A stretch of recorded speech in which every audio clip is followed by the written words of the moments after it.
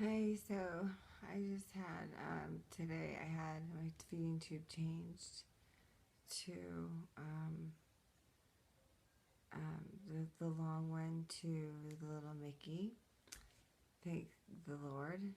It was an ordeal because I went there at 8 for the pre-registration, and then um, it was supposed to start at 10. We waited there till 12, and I didn't have my meds, so I started trembling. My right hand started trembling. My feet were trembling. Um, I was, my whole body was really hurting. It's hurting bad right now. I'm gonna take some medicine in from my little cute little medicine bag in a minute. Um, but I can show you. It looks like um, I have to take all this off anyway, but to go to bed. Excuse me, but it went from but anyway, there's a certain size it has to be, and so they call it like an 18. Oh, I have to expand it up. They call it 18 French, and then they have like a centimeters of size, like so there's a little ball at the end, and then there's a little like straw, and then at the top is where the thing is that's on the top of my body. Well, usually I give a 2.5. Well, they ordered a 2.5 G tube. That's what I've had all along. That goes to your stomach. I need a GJ tube. I don't need one for my stomach. I need one for my intestine. So I was livid mad because here we've been waiting for 4 hours and they ordered the wrong one. So the girl felt terrible. She comes and looks at my stomach and she goes, well, maybe we can do a different size. I think we could probably do a different size tube for you. So what it looks like now is, it's all kind of smushed. But so it's all, you can't see it very well. So it's flush against my body now. This is kind of the lid. It closes up. It's flush against my body now. It's not like, and they wanted me to keep, I can't take a shower for 2 days, but they wanted me when I keep, when I feed, and I'm doing water right now so I don't get dehydrated. Um, they want me to keep something around this. It's called split gauze. Just so it doesn't, they don't want this to get wet around here. They want it to like heal because they kind of manipulate you a little bit. You feel kind of beat up around your stomach. So, but it's great because I don't have this big long tube anymore. I have this little baby. My little baby's back. So I was really happy. But I tell you what, I was beside myself with anger that I waited that long and then they ordered the wrong size. And here I am in radiology to have something in my intestine, and they do not have the right size. So, but they did, but they ordered it from my stomach, which I would go, I would have gone and done at my GI doctor. It's stupid. So anyway, they figured it out. I go in, everyone's so nice. The girl, the radiology, or the girl that did the anesthesia, they were kind of like, do you want the like the semi stuff, like or do you want to be put under? I'm like, dude, just put me under. So they put me under, and the girl that was doing the anesthesia, she said, her husband knows someone who has SPS in town too. So I want to know who that person is. I can't wait to have my website done so I can find out. I hope I can find out who these people are so I can help them. And I was telling about my foundation, but then they have like the mask on your face, like with oxygen, and they're like putting you to sleep, and then no one's listening to you because they're trying to get you done. the feeding tube part changes like 20 minutes. The recovery part takes. I didn't wake up until. I mean, they probably did that in 20 minutes, 12:30. I didn't wake up until I didn't get out of there till like 3:15, 4 o'clock. And so my throat is really sore. I don't know if they put something down. They probably put a little, something in there to help me with breathing. But I think not intubate you, but they put like something in there to help you with breathing. But yeah, so I had that done today, and I'm really out of it. And then I came home and I took all my pills, and I came home and I talked to Greg Beckert, who I dated in college at Ohio State, and I adore him, and I haven't talked to him in 25 years. And it was like the best ending to my day. And he said it was so great for him to talk to me too, and he was really helping me with my website, which was great, and he was giving me all kinds of advice because he has his own company. So I don't know. It was really, really awesome to speak to him. It just made the end of this day so much better. And I'm like texting him, and I'm falling asleep. He's like, I can't believe you had surgery, and you're like texting me, and then I realized it's like 1 in the morning there, texting him, because he's at his lake house, and he's by himself. So I don't think his wife would be very happy if she knew he was texting me, or his mother, or anybody for that matter. But there's no harm in it. Although I did tell him if he was divorced, I would date him in like 5 seconds, because he's just like. I was telling him how it's scary to date people here, and how I don't trust anyone, and but him, I've got to take medicine. It's just killing me. And you can tell my neck's hurting, but him, I date him in a heartbeat. He's amazing. He's so funny, and I told him he's the boy in the bubble, because he doesn't know about Facebook, and he doesn't know about all these different social media things. I was telling him about all these people I know, and about how they're doing through all these sites, and he doesn't know because he doesn't do any of them. But he does do LinkedIn, so that's good. And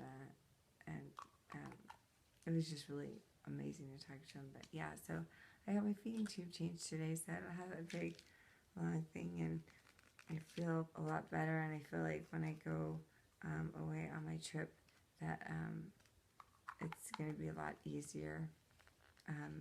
So yeah, can't shower for 2 days. Can't get it wet. I don't care if I don't shower for 2 days. It doesn't bother me. And I'm not going anywhere. And so what I'm taking right now is I'm taking a Valium. I'm taking a Valium. I'm taking a baclofen, and I'm taking a codeine for my head.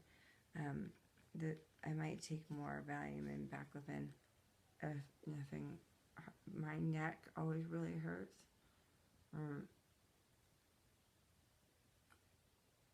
I think what happens when I was sitting up, I was like, this really hurts. So if I fall asleep like this, someone else would be able to just like put their head up. I can't do that. I have to manually take my hands and have my hand kind of go like this, and move, and like, I can't, hold on, I'll show you, or repel.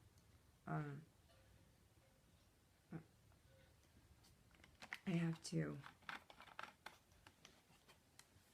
if I fell asleep like that, I would have to take my hands like this, and I would have to manually, I would have to go really slow, but like, because depending on how much it hurts, I'd probably have to go a little bit like this way too, to kind of stretch it out, and then move it back, because it would hurt so much.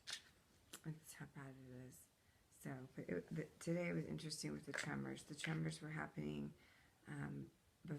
before surgery and after surgery, and it was because I didn't have my medicine. And once I had it, it helped calm down, but it definitely was occurring, and it was definitely something worthwhile to tell the doctors once I go to Mayo or to Northwestern, because I don't get put in those situations, and it wasn't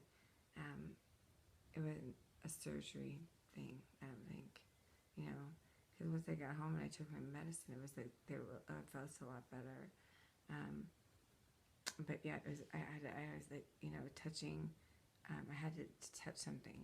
It was like going like this a lot, touching my leg a lot, rubbing something.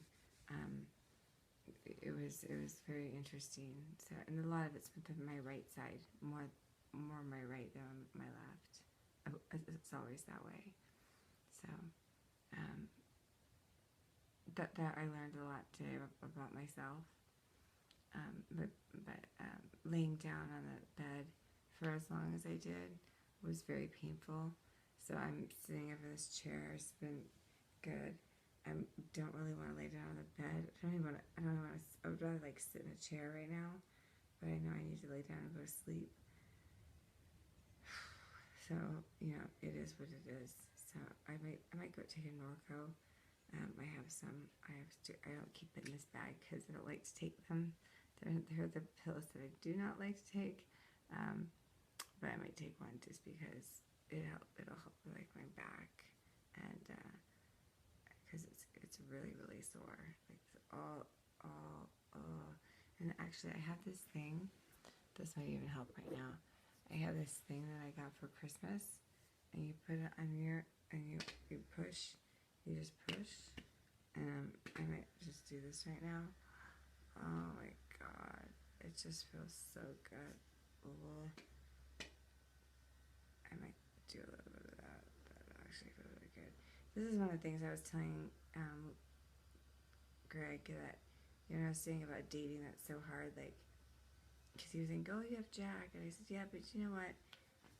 The thing is like, there's a difference between, and you have so many friends, and I said, yeah, but there's a difference between that and having a person, like having a person right now who could sit here and do this for me, or having a person that I could sit here right now and that I'm talking to and saying all this stuff to right now, that I could say to and tell my innermost thoughts to, and I talk very freely about dying. I mean, this is something where I feel like I'm in a position where if I don't get some help, I'm gonna die. I know. I feel my body getting worse, and so it's not just today because I had this happen, but I just feel my body getting worse. And you have a lot of people hugging you. With this lady, Robin, she does the she always calls me and does the pre-op stuff, and she checks in, and she checks in the night before. She actually came in to meet me today because she always talks to me on the phone, and I thought I'd met her before, but I guess I hadn't.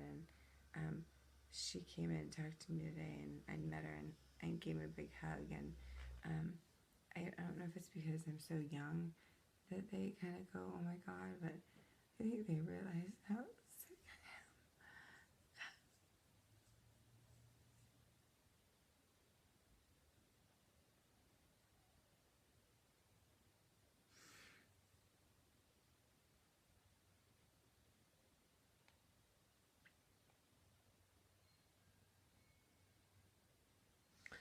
Yeah, I even talked to Greg. Greg was even talking about coming out here to visit. And I think one of the reasons why he might come out here and visit and help me is because I think he probably has fears of me dying too.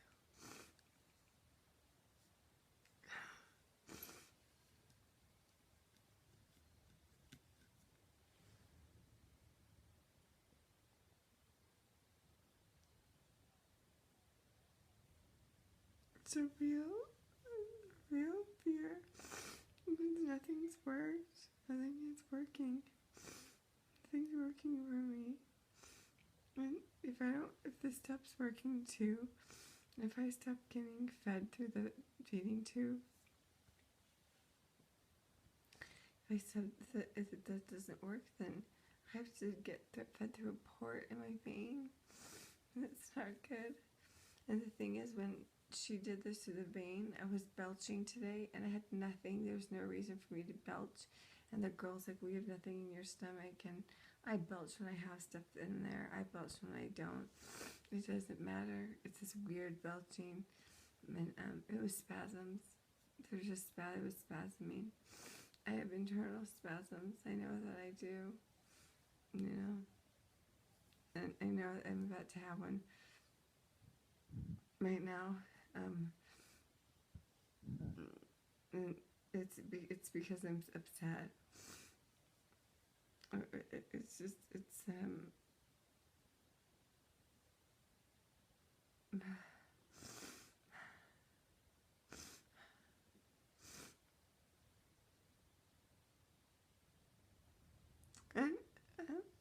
these are the times that I wish someone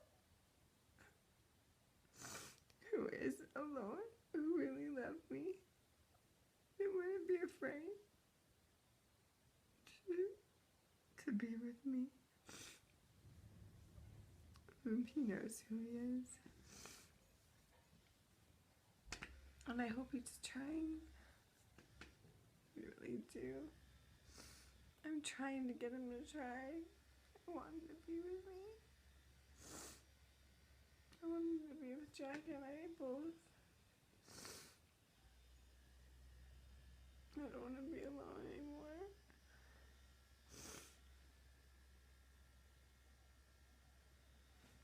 It's not even about my parents helping me and all this stuff. I mean, they just don't even know what to say. It's different than when it's your daughter, you know? It's your person. So I said to Greg, I said, what would you do if you didn't have your person anymore, you know? And then you can't find another person. It's really hard. So I'm just gonna massage this. This is probably not very fun to watch, but it helps. It's just really, it's in my neck, and my spine just to kill. Oh, fucking, it hurts so bad. I wish this could go down further. I just know if I can reach.